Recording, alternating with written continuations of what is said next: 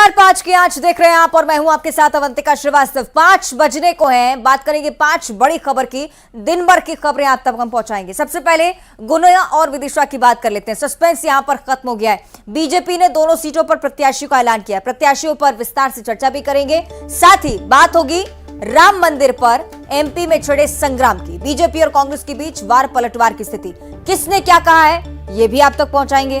बात छत्तीसगढ़ की भी करेंगे। सियासत लगातार बढ़ती जा रही है। बीजेपी और कांग्रेस ने अपना घोषणा पत्र का ऐलान नहीं किया है, क्या वजह है देरी की, ये भी हम समझने की कोशिश करेंगे। साथ ही साथ जेपी नड्डा के छत्तीसगढ़ दौरे पर भी आपको जानकारी देंगे।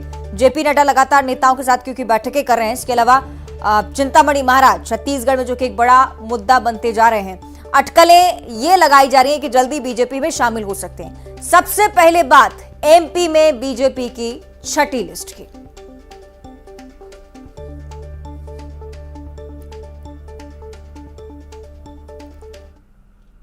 तो भारतीय जनता पार्टी ने मध्य प्रदेश विधानसभा चुनाव के लिए अपने उम्मीदवारों की छठी और अंतिम लिस्ट जारी कर दी है। इस लिस्ट में 2 सीटों के नाम घोषित किए गए, जिसमें चर्चित गुना सीट से पन्नालाल शाक्य को मौका दिया है, जबकि विदिशा की अगर बात करते हैं तो मुकेश टंडन यहां से उम्मीदवार हैं। गुना में पन्नालाल शाक्य का मुकाबला कांग्रेस के पंकज कनेरिया से। विदिशा सीट से मुकेश टंडन का नाम है। मुकाबला इनका कांग्रेस प्रत्याशी शशांक भार्गव से इस बार इस सीट से होगा। ये 2 प्रमुख नाम गुना और विदिशा सीट को लेकर, पन्नालाल शाक्य वर्सेस पंकज कनेरिया और दूसरी तरफ विदिशा मुकेश टंडन वर्सेस शशांक भार्गव। चुनावी मैदान पूरी तरह से सज चुका है। उम्मीदवार दोनों ही टीमों के उतर चुके हैं और अब जो पिच है, सियासी पिच जिसकी हम बात कर रहे हैं, अब देखिए प्रचार का रन यहां पर शुरू होने वाला है। गुना और विदिशा दोनों ही प्रमुख सीटों को लेकर बहुत लंबा मंथन पार्टी में चला। ये बताया जा रहा था कि हो सकता है कि बीच में कहीं ना कहीं अटकलें इस बात की कि पार्टी के वरिष्ठ नेता आपस में समन्वय नहीं बैठा पा रहे हैं, बातचीत नहीं हो पा रही है, सहमति नहीं बन रही है। लेकिन अब गुना और विदिशा दोनों ही सीटों पर बीजेपी की तरफ से प्रत्याशी तय हो चुके हैं। अब ये माना जा रहा है कि आने वाले समय में प्रचार पुरजोर, कोशिश होगी कि पूरी तरह से सशक्त पार्टी को इन दोनों सीटों पर बनाया जा सके। विदिशा जहां पर खास फोकस की जरूरत भी, क्योंकि बीते चुनाव में अच्छा खासा झटका यहां पर बीजेपी को भी लगा है। गुना ग्वालियर चंबल अंचल के लिहाज से भी बहुत महत्वपूर्ण सीट हो जाती है। यहां पर भी फोकस बरतने की जरूरत बीजेपी को खासतौर पर इस चुनाव में जरूर है। तो कुल मिलाकर गुना और विदिशा दोनों ही सीटों पर सस्पेंस कुल मिलाकर खत्म हो गया है। ये ग्राफिक से जरिए आप समझिए एमपी के चुनावी रण में कौन किसके मुकाबले में इस बार उतर रहा है। पन्नालाल शाक्य वर्सेस पंकज कनेरिया गुना से।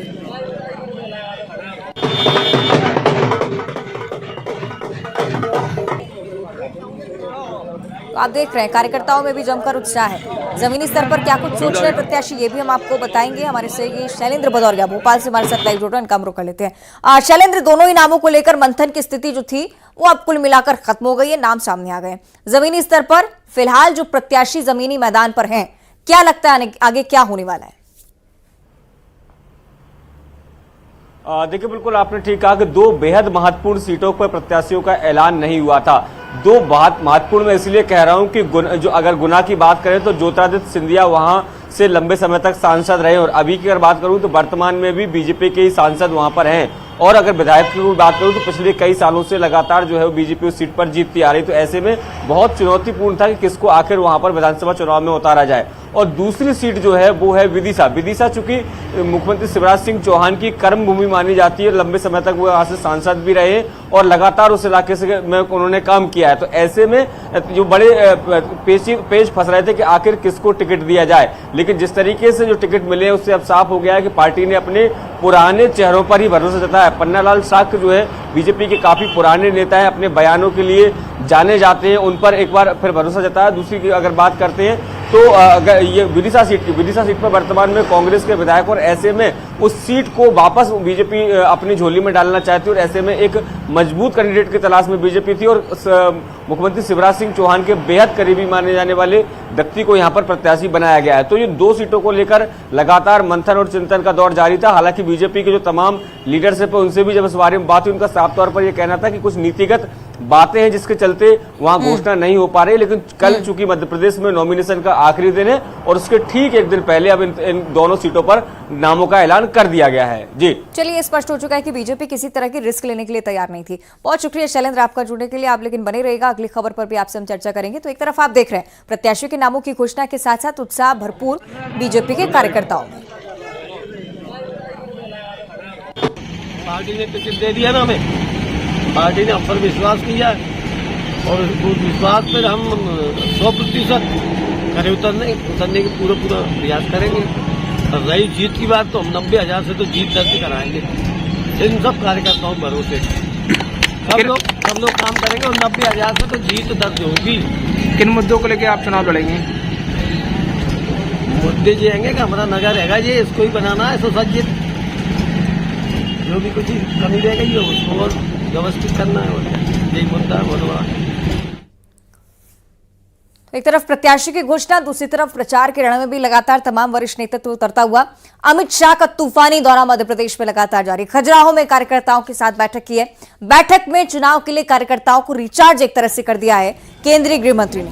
खजुराहो के बाद रीवा पहुंचे अमित शाह। रीवा के संभाग की पार्टी पदाधिकारियों के साथ बैठक भी की है। चुनावी रणनीति पर मंथन भी अब लगातार चलने वाला है। उज्जैन भी आपको बताया कि अमित शाह जाने वाले हैं, जनसभा को संबोधित यहां पर करेंगे। पार्टी कार्यकर्ताओं के साथ लगातार मंथन की स्थिति, साथ ही साथ पार्टी को सशक्त बनाने की कवायद लगातार उनकी तरफ से की जा रही है।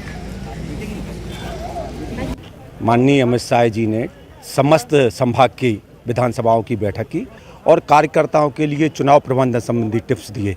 हम कैसे जनता के बीच में जाकर के कार्य करें, उन 15 कार्यकारियों करनी जो कार्य है उन पर फोकस किया है।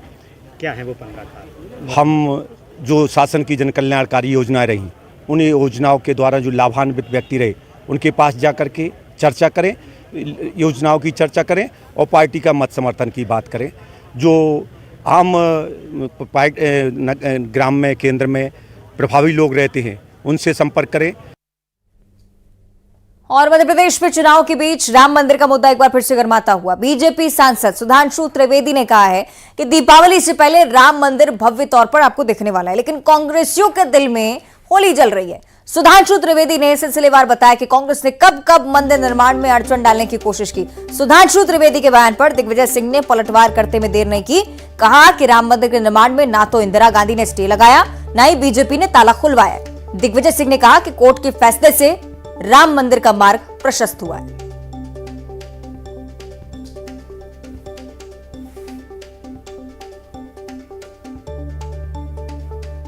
कांग्रेस पार्टी के मन में जो रह रहे कर टीस मारता होगा वो भी उभर उभर कर सामने आ रहा है।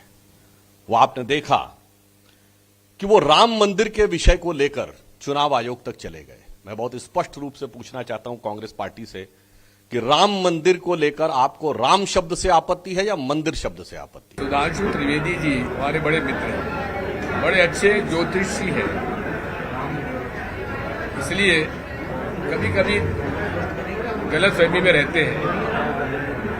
ना इंदिरा जी ने स्टे लगाया, ना भारतीय जनता पार्टी ने स्टे खोला। ये कार्य तो अदालत करती है, इसलिए कोई पार्टी पर आरोप लगाना गलत है। तो बीजेपी और कांग्रेस दोनों ही नेताओं की बात आपने सुनी है, किस तरह से इसके मायने समझे जाएं और आने वाले समय में सियासत के तौर पर आप इसे किस तरह से देखेंगे, ये हम समझ लेते हैं। हमारे से शैलेंद्र भदौरिया भोपाल से हमारे साथ लगातार जुड़े हुए हैं। शैलेंद्र, जरा स्थिति हमें समझाइएगा, क्योंकि मध्य प्रदेश की सियासत में हम देखते हैं कि जब जब राम नाम उठता है बहुत दूर तक जाता है, और मुझे लगता है अब ये मुद्दा जो है चुनाव के आगे जनवरी तक भी जाने वाला है। शैलेंद्र, बिल्कुल आपने ठीक कहा। जिस तरीके से आगामी 22 तारीख को रामलला की प्राण प्रतिष्ठा अयोध्या में होने वाली और उसको लेकर बीजेपी जो है अभी से बयानबाजियां करने लगी। हम क्योंकि मध्य प्रदेश में चुनाव है और चुनाव के ठीक पहले जिस तरीके से हमने देखा कुछ दिन पहले राम मंदिर को लेकर तमाम बैनर पोस्टर जो है वो राजधानी की सड़कों पर नजर आए थे, और उसके बाद कांग्रेस ने इस पर आपत्ति ली थी कि चुनाव के दौरान राम मंदिर का उपयोग जो है वो बीजेपी करना चाहती है, यानी लोगों को धर्म के नाम पर वोट बैंक हासिल करने का प्रयास जो है बीजेपी की तरफ से किया जा रहा है। और यही कारण है कि उसके बाद से बीजेपी के तमाम जो नेता हैं वो कांग्रेस के उन बयानों पर, उन नेताओं पर लगातार हमलावर और कह रहे हैं कि ये कांग्रेसी है, ये राम भक्त नहीं है बल्कि सोनिया भक्त है, और जो राम भक्ति कर रहे हैं ऐसे लोगों पर वो उनको आपत्ति हो रही है। और उसी कड़ी में देखिए सुधांशु का अगर जो चतुर्वेदी का जो बयान है वो उसी पर आता है कि देखिए इंदिरा गांधी को वो कह रहे हैं कि इंदिरा गांधी ने काम रोका था।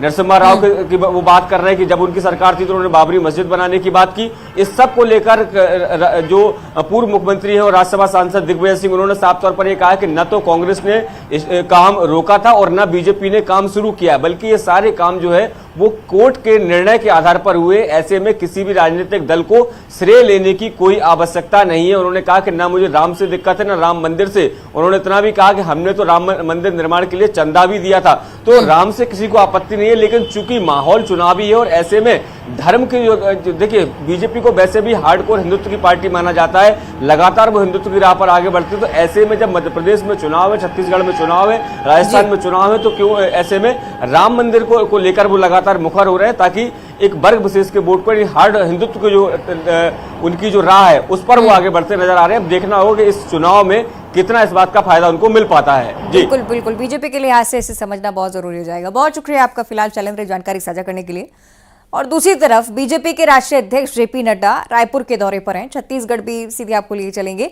जेपी नड्डा ने एकात्म परिसर में बैठक ली है। इस बैठक में पूर्व मंत्री बृजमोहन अग्रवाल पहुंचे थे, सांसद सुनील सोनी की मौजूदगी, मोतीलाल साहू प्रत्याशी जो कि इस बार हैं, कई नेता उनके साथ भी पहुंचे। रायपुर शहर की बैठक में जेपी नड्डा ने जीत का मंत्र दिया।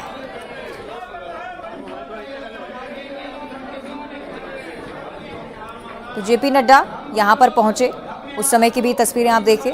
बीजेपी के कार्यकर्ताओं से 1-to-1 रूबरू भी हुए हैं, क्योंकि छत्तीसगढ़ को और छत्तीसगढ़ की स्थिति को बहुत अच्छे से जेपी नड्डा समझते हैं। पहले यहाँ के प्रभारी भी रह चुके हैं और हर एक नेता को, कार्यकर्ता को नाम से जानते हैं। ये आप कह सकते हैं कि जेपी नड्डा आज जब महामंथन के लिए पहुंचे तो निश्चित तौर पर कुछ ना कुछ जीत का मंत्र जरूर उनकी तरफ से दिया गया था। सीधे रायपुर आपको लिए चलेंगे। सहयोगी आकाश शुक्ला हमारे साथ लाइव जुड़ चुके हैं। आकाश, हमने सिलसिलेवार समझी स्थिति, किस तरह से जेपी नड्डा पहुंचे, कार्यकर्ताओं से बात की, जीत का मंत्र दिया, कितना व्यापक असर आने वाले समय में? आकाश, देखिए, कोई भी बड़ा नेता आता है तो संगठन और उनके कार्यकर्ताओं पर असर तो आता ही है। 2 दिन के दौरे पर रहे, कल उन्होंने रायपुर शहर कार्यकर्ताओं की बैठक ली, इसके बाद सुबह बैठक ली, लगातार उनका बैठक चला है। कार्यकर्ताओं से एक एक करके वे रूबरू हुए हैं और सीधे चर्चा किए मुद्दों को लेकर, विधानसभा के विषयों को लेकर, सरकार के भ्रष्टाचार और कई मुद्दों पर चर्चा की है। इसके अलावा उन्होंने जीत का मंत्र दिया कार्यकर्ताओं को, किस तरीके से वो आगे जाएं, आगे बढ़ के वोटरों को जागरूक करें और उनको अपने फेवर में वोट डालने के लिए कहीं ना कहीं अवेयर करें। इसके साथ ही उन्होंने मन की बात कार्यक्रम की, वहां पर भी वो मंच से कांग्रेस पर जमकर बरसे। उन्होंने भ्रष्टाचार को लेकर, जिस तरीके से कांग्रेस सरकार में भ्रष्टाचार का आरोप लगाते उन्होंने जमकर हमला बोला। इसके बाद उन्होंने छुई खदान, पंडरिया खैरागढ़ में उन्होंने लगातार रैलियां और सभाएं की। इस तरीके से उनका लगातार दौरा रहा। इससे कहीं ना कहीं कार्यकर्ताओं को भी बूस्टअप मिला है और आगे की एक रणनीति तय करने की एक सोच मिली है, जो आगे भी दिखने वाला है। बहरहाल अभी जेपी नड्डा लौट जाएंगे, 5:30 बजे की फ्लाइट है, इससे वो सीधा दिल्ली के लिए रवाना हो जाएंगे। लेकिन कल फडणवीस भी आ रहे हैं, महाराष्ट्र के उप मुख्यमंत्री फडणवीस का भी कार्यक्रम रखा गया। इस तरीके से लगातार केंद्रीय नेताओं के दौरे अभी चुनाव तक के होने वाले हैं। जी, निश्चित तौर पर ये सिलसिला अभी आगे बढ़ेगा। बहुत शुक्रिया आपका आकाश, फिलहाल ये जानकारी साझा करने के लिए। तो आपने देखा कि जेपी नड्डा आज पहुंचे थे, कार्यकर्ताओं को जीत का मंत्र दिया है। देखने वाला विषय अब ये होगा कि किस तरह का परिवर्तन बीजेपी कार्यकर्ताओं की रणनीति में देखने को मिलता है। बहुत जरूरी ये समझना कि जब कार्यकर्ता जमीनी स्तर पर पहुंचते हैं, लोगों से रूबरू होते हैं, लोगों की तरफ से जो रिस्पॉन्स आता है, क्या उस पहलू पर बीजेपी के कार्यकर्ता, खासतौर पर वो कार्यकर्ता जो कि प्रत्याशियों के साथ है, किस प्रकार काम करते हैं, ये देखने वाली विषय। एकात्म परिसर में भी बैठक हुई। बैठक में कार्यकर्ताओं से 1-to-1 चर्चा हुई। जेपी नड्डा अब से कुछ ही देर बाद वापस रवाना होंगे। आगे बढ़ते हैं रीवा से अगली बड़ी खबर, जहां गृह मंत्री अमित शाह के पहुंचने की जानकारी। रीवा से रवाना वो हो चुके हैं। करीब 1 घंटे तक बैठक के बाद रीवा से अमित शाह रवाना हुए हैं। रीवा शहडोल संभाग के पदाधिकारियों की बैठक हुई थी। कार्यकर्ताओं पदाधिकारियों को जीत का मंत्र दिया है। जिस प्रकार आप जेपी नड्डा को देखते हैं छत्तीसगढ़ में, उसी प्रकार मध्य प्रदेश में अमित शाह की इस रणनीति को भी आप समझिए, क्योंकि कार्यकर्ताओं से अब वरिष्ठ नेतृत्व पार्टी का लगातार संपर्क साध रहा है। रीवा से रवाना हो गए। करीब 1 घंटे तक बैठक यहां पर चली है अमित शाह की। रीवा शहडोल संभाग के पदाधिकारियों की बैठक हुई है। सहयोगी शिवेंद्र हमारे साथ जुड़ रहे हैं। शिवेंद्र, क्या कुछ अपडेट है? देखिए, अमित शाह जी ने रीवा और शहडोल संभाग के जो वरिष्ठ कार्यकर्ता हैं, चुनाव प्रभारी हैं, उनके साथ बिंद विजय का जो संकल्प दोहराया है और रणनीति बनाई है। और इसके बाद वो रीवा से हेलीकॉप्टर के माध्यम से खजुराहो रवाना हो गए हैं और फिर वहां से अमित शाह जी उज्जैन जाएंगे, जहां महाकाल के दर्शन करेंगे। तो कुल मिला के अमित शाह जी का ये जो दौरा था काफी अहम माना जा रहा था। और यहाँ बिंद क्षेत्र की जो 30 सीटें हैं, 9 जिले की जो 30 सीटें हैं, उसको फतह करने की रणनीति बन चुकी है। और अब हो सकता है कि कल से रणनीति फील्ड में भी दिखने लगे, क्योंकि आज रीवा दौरे के में कई सतना के कई अन्य दलों के नेता और रीवा में भी कई अन्य दलों के नेता बीजेपी का दामन थामे हैं और जातीय संतुलन बनाने का भी यहाँ पे प्रयास हुआ है। तो कुल मिला के अब बीजेपी नई ऊर्जा के साथ चुनाव मैदान में उतरने वाली है। ठीक है, चलिए यही देखने वाला विषय होता है शिवेंद्र के जब नेता वापस लौटे तब किस तरह का परिवर्तन आपको देखने को मिलता है। बहुत शुक्रिया आपका शिवेंद्र जानकारी के लिए। तो आप ये समझिए कि अब चूंकि केंद्रीय गृह मंत्री अमित शाह हर संभाग पर फोकस बरतते आ रहे हैं, अब यहाँ से जब रवाना हुए हैं तो हो सकता है कि पार्टी की रणनीति में बदलाव भी आए। और इसी के साथ 5 की आंच में इतना ही। देखते रहिए न्यूज़ 18।